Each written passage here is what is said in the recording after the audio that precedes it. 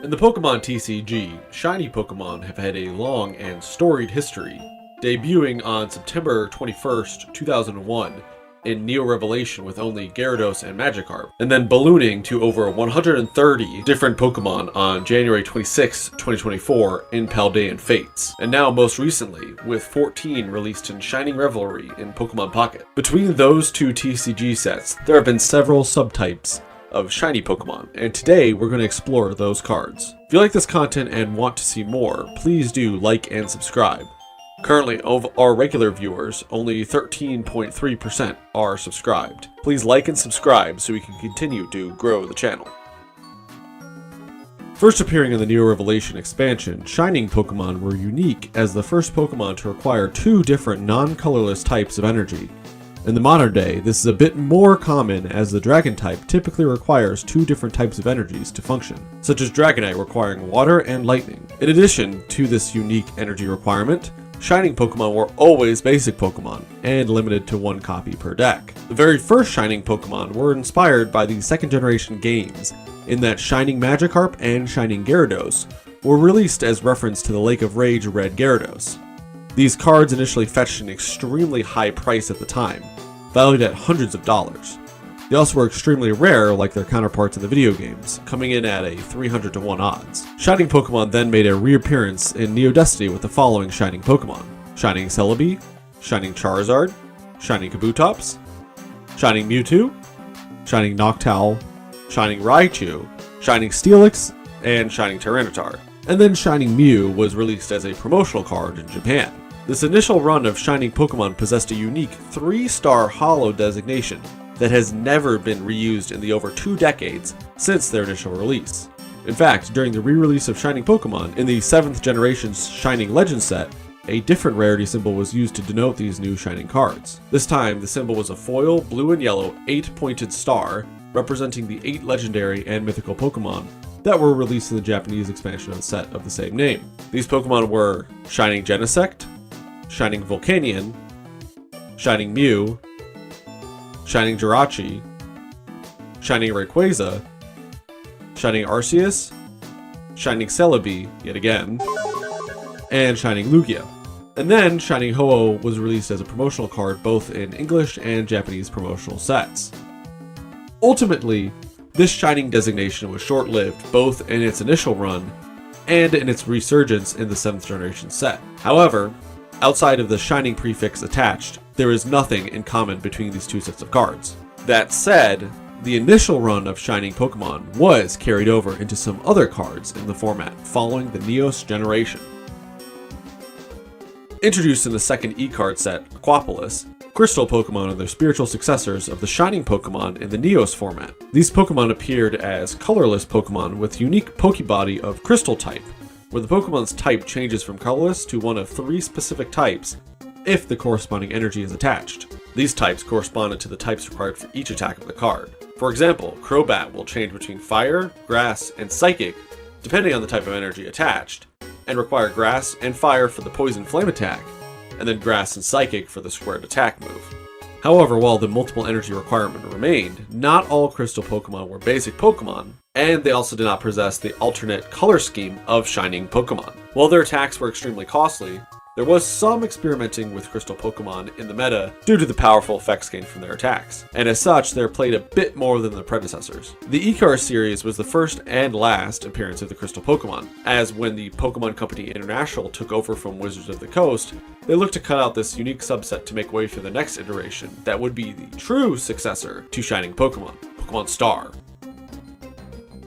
Released on November 8, 2004, EX Team Rocket Returns brought back fan-favorite Dark Pokemon, and introduced a brand new type of Pokemon, Pokemon Star. These are a type of Pokemon that, like Shining Pokemon before them, are extremely rare, always basic Pokemon, limited to 1 per deck, and have artwork with an alternate color scheme. However, unlike Shining Pokemon, they no longer have dual-type energy attacks, in a bid to make them a bit more playable. This classification of Pokemon was also limited to only the EX era, with the last mainline printing in EX Power Keepers on February 14th, 2007. This creates some unique similarities across the cards. For instance, all of these cards are illustrated by Masakazu Fukuda, who got a start in 2003 in the EX era, with the release of EX Fire Red and Leaf Green, where he illustrated Meowth, Persian, and Tauros, though he is most well known in this era for the illustration of all of the Pokemon Star.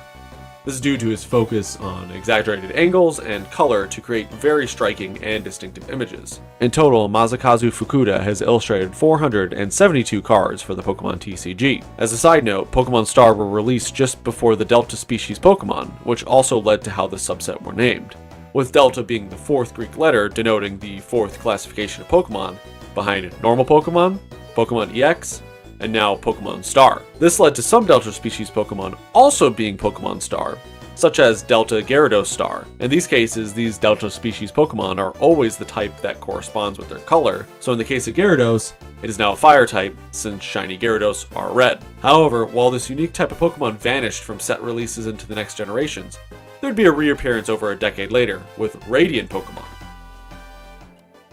Astral Radiance was released on May 27, 2022. Here we see the release of Radiant Pokémon, which also have shiny artwork and have similar rules about them as the previous three types we covered. There can only be one Radiant Pokémon per deck, and they are all basic Pokémon with powerful abilities and attacks.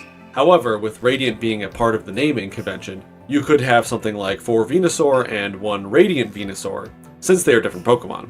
Overall, this was a short-lived subtype, with the first release being on May 27, 2022 with Astral Radiance, and the last being on January 2023 with Crown Zenith. Also, this category has only 15 members, which is just 6 more than Crystal Pokemon.